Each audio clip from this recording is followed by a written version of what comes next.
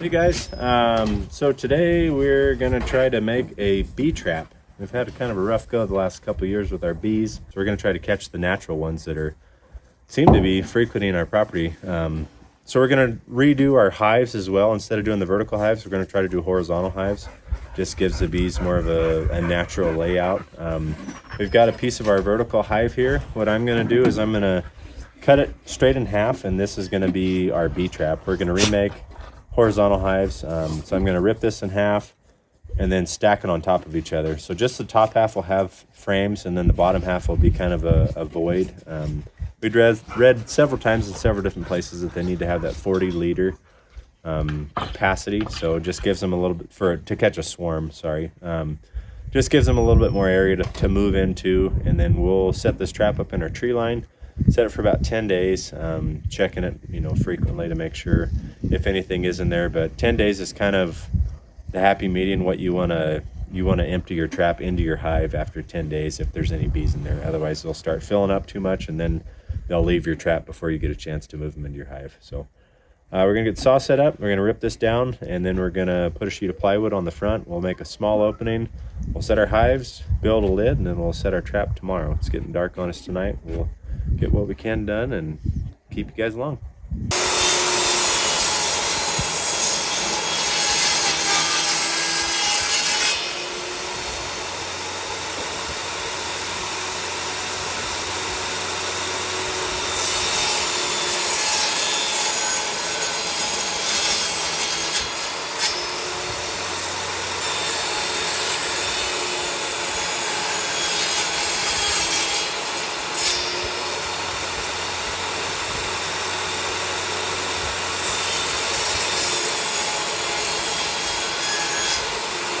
Okay, we've got our boxes ripped down. Marked out just a scab piece of plywood we've got that's going to go over the front. It's going to be just a little bit too short. It's not quite going to be tall enough. Marked it, we're going to rip it down, and then we're going to have to rip a short piece to go across the top.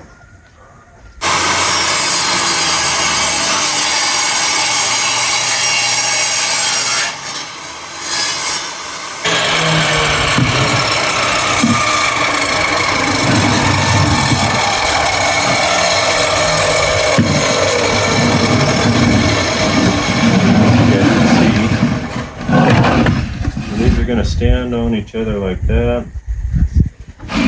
This piece will go here. Daddy, balloon. Yeah, buddy, I see that.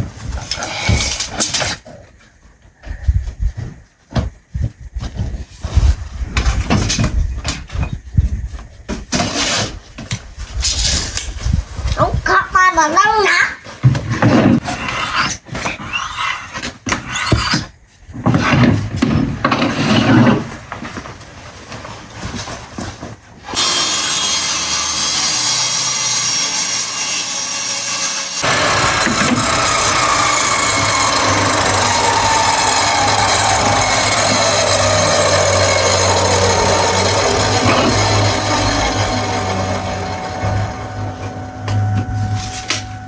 Okay, we got our front cut, and then we got our little short, narrow piece to go on top. I'm going to use our crown stapler with 1.5" staples to tack this onto the board, and then we'll make a bottom, and then we'll make a top.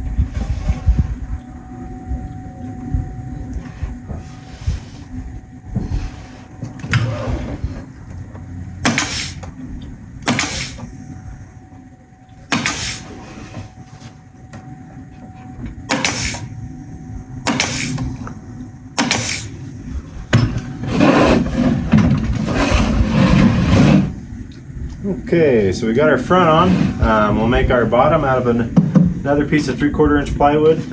Not really worried about little air gaps. This thing doesn't have to be a modern marvel for engineering, so it's just got to be a box with hives in it.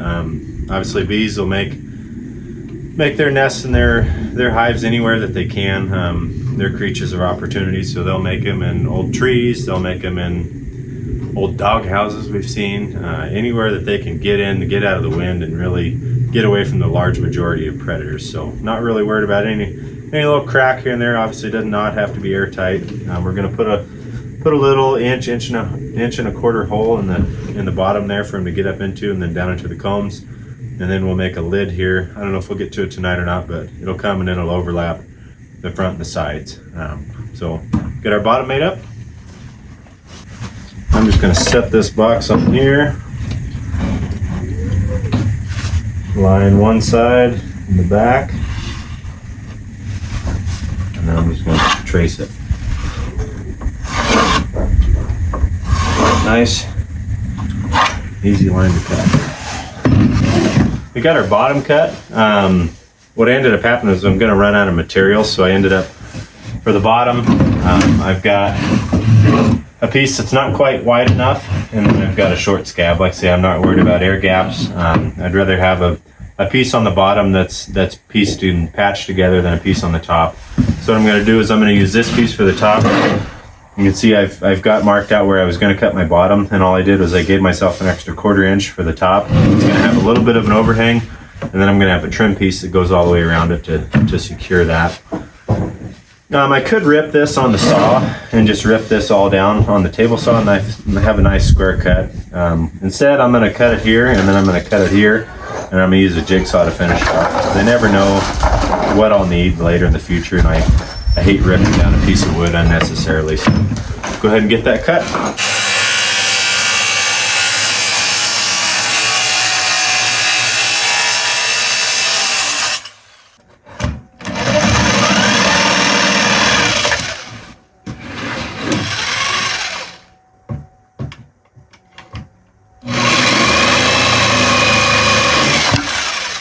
Set that there, set this one off to the side. Gonna flip our box over and get the bottom nailed on. Again, this is just old. Doesn't have to be 3/4 inch plywood. It could be 7/16. It could be any size plywood. I just had this left over from another project I had. I wouldn't use OSB unless you put a really good coat of paint on it. And that's that strand board. It won't last near as long as this. We're going to paint this as well. OSB is cheap. I mean, it's nice to use, but a regular 3/8 plywood, even 5/16. I mean, something any plywood with a veneer on the outside of it, doesn't have to be finished grade. Obviously, is going to hold up better the elements than OSB will. So this piece, throw this piece on, make sure it's all going to fit together. Looks good. Actually, just slide this with the corner.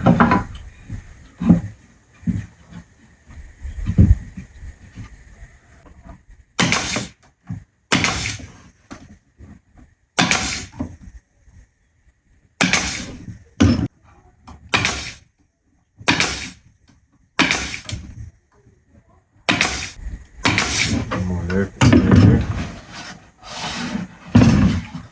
And for our top, our top's going to be just a little bit bigger. So what I'm going to do is I'm going to rip down just probably out of 2x, a piece that's going to be 1.5 inches wide, the width of a 2x, and then probably 3/8 of an inch thick. And I'll just tack that along here for a strip, and then I'll cover all of it with tin.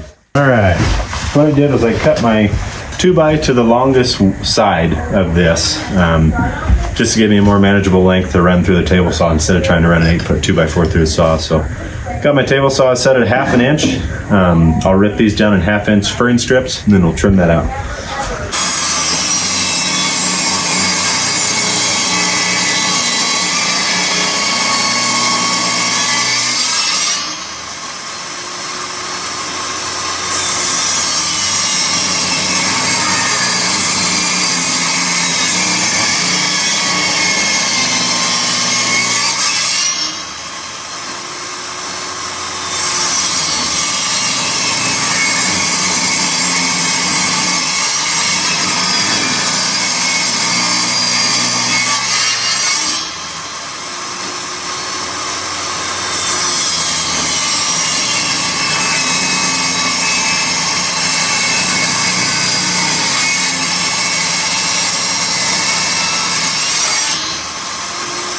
we've got our furring strips ripped down to 1/2 inch wide. We'll just shoot these on the front, and then I'll have to cut the sides. You just use a regular miter saw for that. So we'll get these shot on the back, shot on the front, and then we'll cut our sides.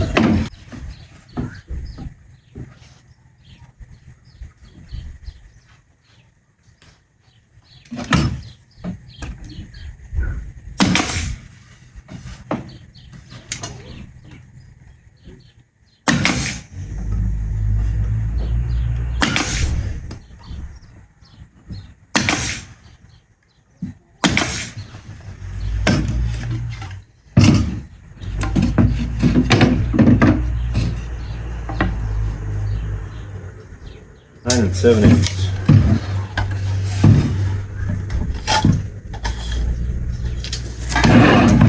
Got these cut.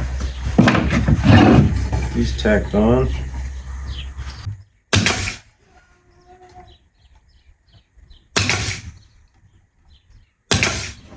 There again, we're not building finished cabinetry. It doesn't have to be perfect. But I like to take pride and do as good a job as I can. Sit on there like that. We can either do this in the front or this in the front. So we've got our box. We're just doing 5 combs. The ones I've seen, I've got the door in the front here. And I think the idea being the bees fly in. I mean, I don't think it matters the way you orient it. But that's probably the way we'll do it. Just depends on where you want to mount it. You know, if you mount it to a tree, if you do it this way to your tree, it'll probably fit a little easier. You can see I've got just a little bit extra room, not a ton. The gentleman that we watched said that you do want to fill them up. So I'm bringing you guys in for a closer look. What we got? We got 5 hives, and then you can see underneath there's some room, which they said that the bees actually need. And that's where he said, the gentleman we watched said 10 days you want to move your bees out, otherwise they'll actually start building honeycomb on the bottom of these, and you'll actually have to cut that off in the middle of a swarm of bees, and you'll want to rubber band that to another comb when you move them to your actual hive. So this is what we got. I'm gonna go look for a hole saw. We're gonna try to put a hole right there, and he actually had a nifty little sheet metal deal that I assume you could flip over and cover the hole when you pull the trap down to take it to your hive, so there's not bees boiling out of there the whole time. We got our hole saw and our drill. Got an 1 1/4 inch hole saw. We actually went ahead and ordered one of those circular doors. It's actually got 4 settings on it. One is to just allow bees in, keeps mice, keeps everything else out. One is the big hole, which we'll initially have to get the aroma and the smell of the attractant out of there. One is a small hole, and then one is a graded hole for when we go to move them. It allows air circulation, but the bees can't get out. So I've got an 1 1/4 inch hole saw. The hole on that rotating disc is just over 1 inch, so this 1 1/4 will be perfect. I'm going to come up about 2.5, 3 inches off the bottom of the hive or the trap, and then that's where I'm gonna center my hole, and that's where I'm gonna drill it. So, and then we're gonna center it.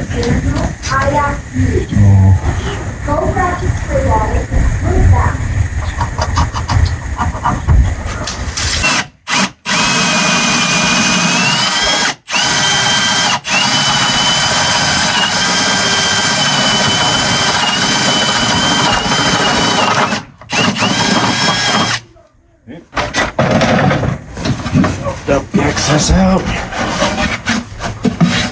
think the bees are going to care about low sawdust, though.